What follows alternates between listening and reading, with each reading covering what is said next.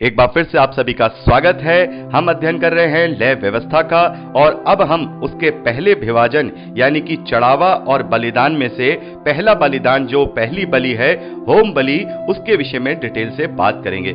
जब हम पहले अध्याय में पढ़ते हैं तो यहाँ पर हमें होम बलि की सारी विधि बताई गई है और होम बलि में हम देखते हैं कि जो भेड़ बकरियां हैं या जो पक्षी हैं उन सब को वहां पर होम करके चढ़ाया जाता है। होम बलि को इंग्लिश में बर्न सैक्रिफाइस कहा जाता है, यानी कि जो हमने अभी मिलाप वाले तंबू के विषय में निर्गमन में पढ़ा है, उस मिलाप वाले तंबू के आंगन में हमने एक वेदी को देखा है जो होम बलि की वेदी है और मैंने आपको उसका एक फोटो भी प्रोवाइड कराया है जिसमें आप जाली लगी हुई वेदी देखते हैं जिसके चारों कोनों पर सींग से उठे हुए हैं। इसी पर एक सारी लकड़ियों को सजाया जाता है, उसमें आग लगाई जाती है और जो भी पशु बलिदान किया जाता है उसको पूरा का पूरा टुकड़े टुकड़े करके उसको होम कर दिया जाता है, यानी कि जला दिया जाता है।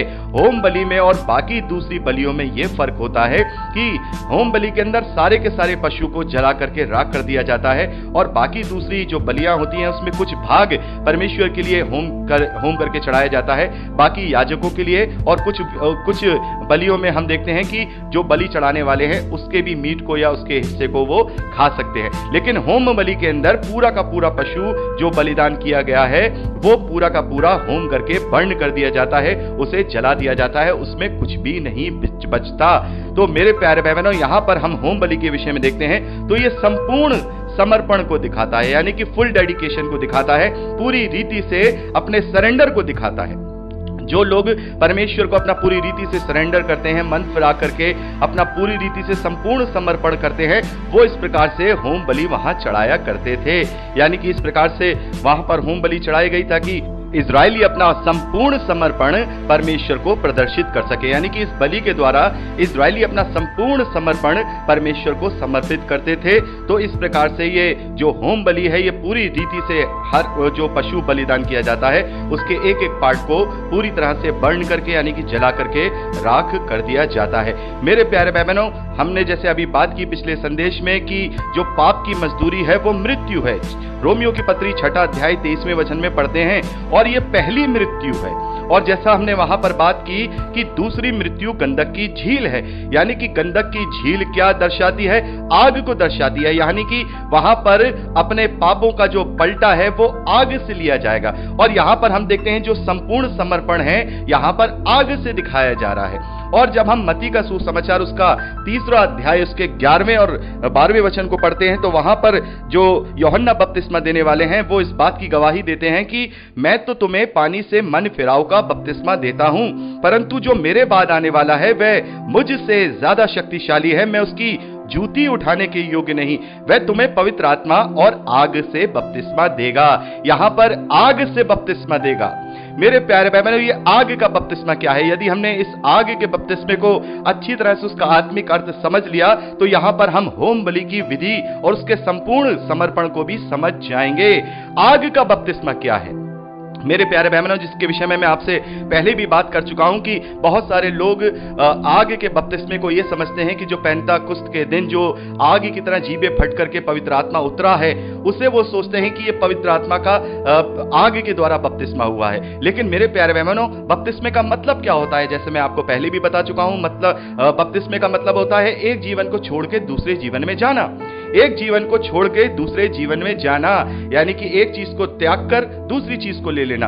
और जैसा हम देखते हैं कि जब हम प्रभु यीशु के नाम में, हम पिता पुत्र और पवित्र आत्मा के नाम में बपतिस्मा लेते हैं तो क्या करते हैं? अपना पुराना मनुष्य तत्व छोड़ करके नई सृष्टि बन जाते हैं प्रभु यीशु मसीह की समानता में। यानी कि जो बपतिस्मा है वो एक जीवन छोड़ के दूसरे जीवन में जाना है या पुराने को छोड़ के नए जीवन को पाना है।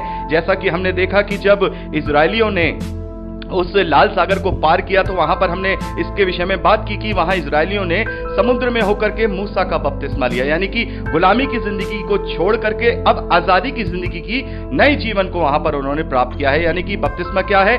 बपतिस्मा एक जीवन से दूसरे जीवन में जाना है।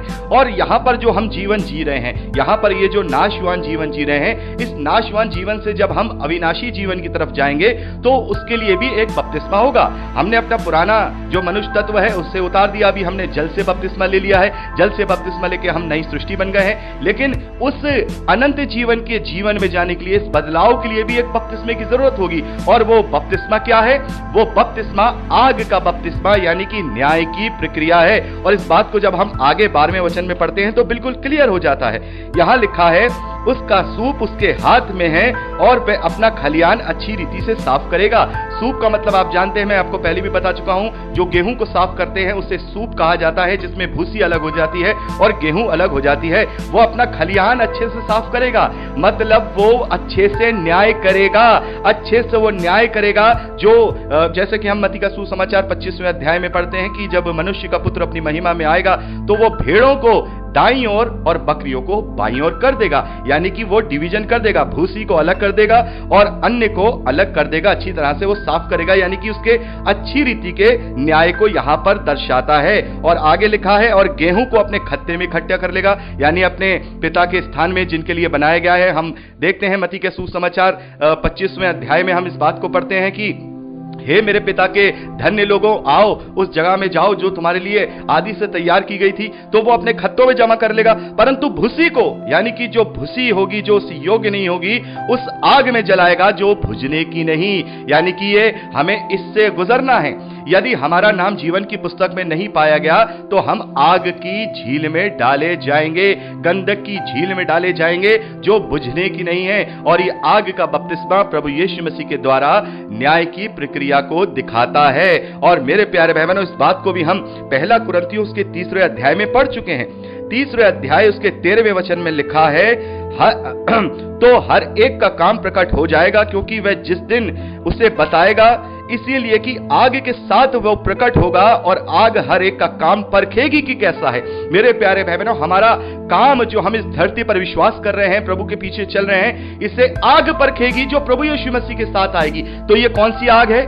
ये आग वैसी आग नहीं है जिसमें हम जलेंगे, ये न्याय की प्रक्रिया की आग है। यानी कि उस न्याय की प्रक्रिया में जो न्याय की बातें हैं उसमें से जब हम गुजरेंगे, उस प्रक्रिया में से गुजरेंगे, तब हमें पता चल जाएगा कि हमने यहाँ पर जो कार्य किए थे वो परमेश्वर के ग्रहण योग्य थे या परमेश्वर के ग्रहण योग्य नहीं थे। तो यहाँ पर जो ये होम बलि है उसी आग को दर्शाती है, उसी आग को दर्शाती है, दूसरी मृत्यु को दर्शाती है। यानी दोनों मृत्यु यहां पर हम देखते हैं। होम बलि में संपूर्ण समर्पण देख रहे हैं, यानी कि दोनों चीजें हम यहां देख रहे हैं। पहली चीज हम देख रहे हैं कि जब उसकी बलि चढ़ाई जाती है तो जो पाप की मजदूरी है उसका पलटा वहां पर मिला, उसकी मृत्यु के रूप में, उस पशु के रूप में उसको उसका प्रायश्चित मिला।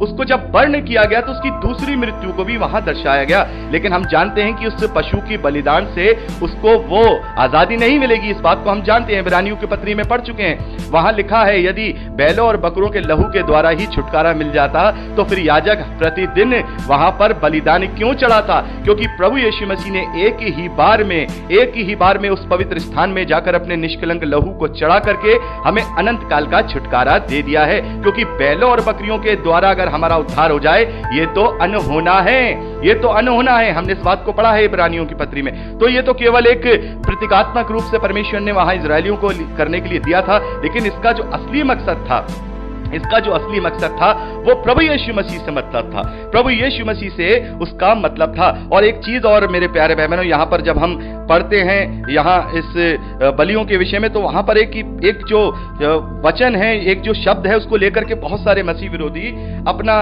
बात करते हैं। यहां पर लिखा है कि उस लकड़ी के ऊपर रखकर जो आग पर होगी जलाए वह होम बलि और यहोवा के लिए सुखदायक सुगंध वाला हवन ठहरेगा।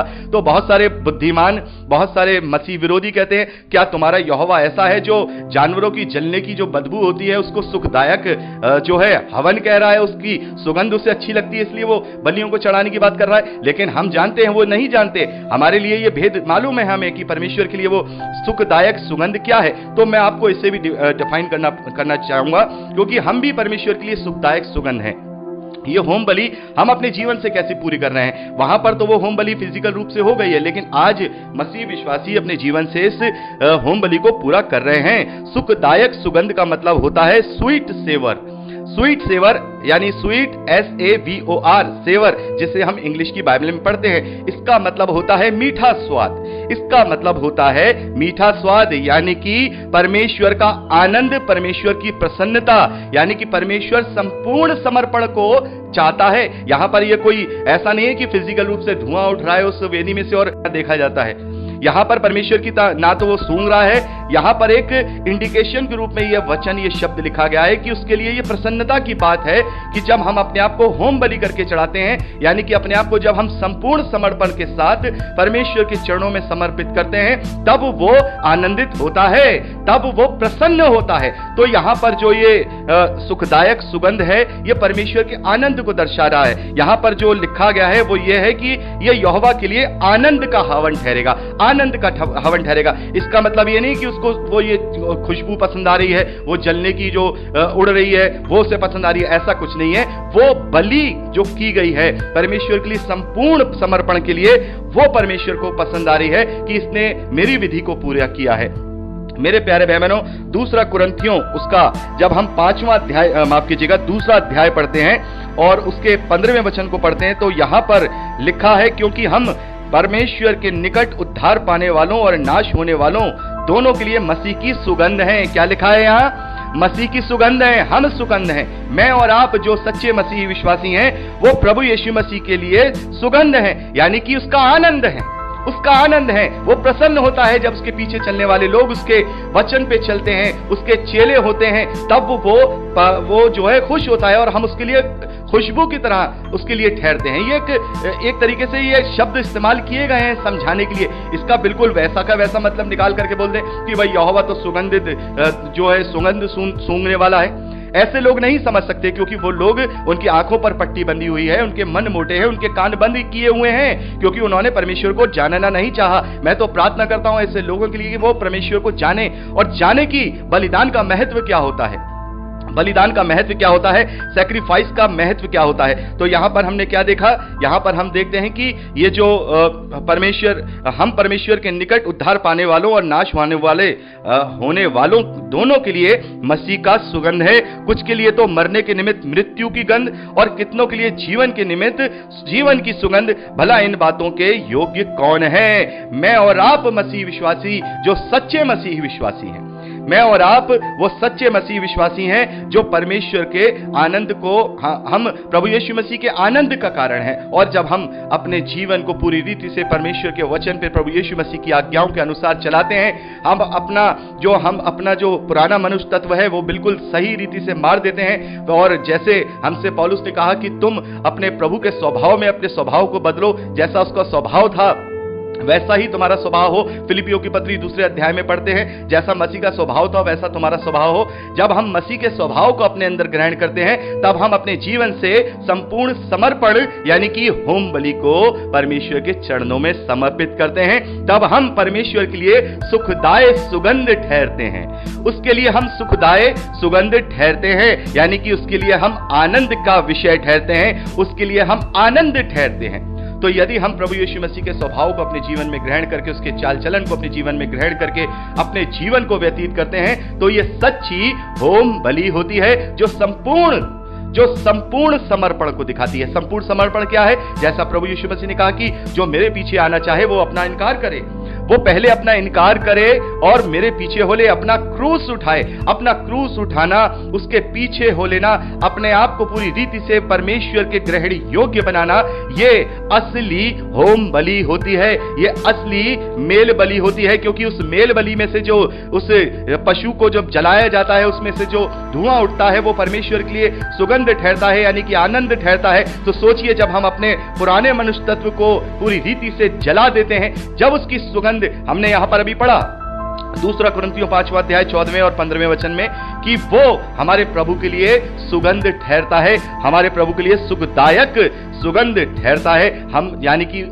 हम उसके लिए प्रसन्नता का कारण होते हैं। तो ये सच्ची होम बलि है जो आत्मिक रूप से आज हम मसीह विश्वासी प्रभु यीशु मसीह में होकर परमेश्वर को चढ़ाते हैं। वहां जो होम बलि चढ़ाई जा रही थी वो होम बलि एक तरीके से देखा जाए वो होम बलि इस होम बलि का प्रतीकात्मक रूप था। वहां पे पशु को चढ़ाया जा रहा था, लेकिन यहां पर हम स्वयं अपना बलिदान करके होम करके परमेश्वर के चरणों में चढ़ा रहे हैं। तो मेरे प्यारे भाई बहनों, यहां पर हमने होम बलि के विषय में अच्छी तरह से अध्ययन किया है और मैं चाहूंगा कि जो नियम कायदे कानून जो बताए गए हैं इजरायलियों को, जो अब हमारे लिए ज्यादा जरूरी नहीं है, अगर आप उन्हें पढ़ना चाहते हैं तो आप इसे विस्तार से जरूर पढ़ लीजिएगा। ये विधि विधान सारे यहाँ पर लिखे हुए हैं और आप जब पढ़ेंगे तो आपको थोड़ा सा ऐसा भी लगेगा कि ये ऐसा हुआ है, यहाँ पे पशु है उसके टुकड़े कर दिए हैं और हम देखते हैं जो कबूतरों और पांडुकों को जो चढ़ावा चढ़ाया गया है वहां पर उसका गला मरोड़कर सिर धड़ से अलग किया गया है। तो ये सारी चीजें हम देखते हैं ये प्रभु यीशु मसीह के जो उसका जो उत्पाड़न हुआ है,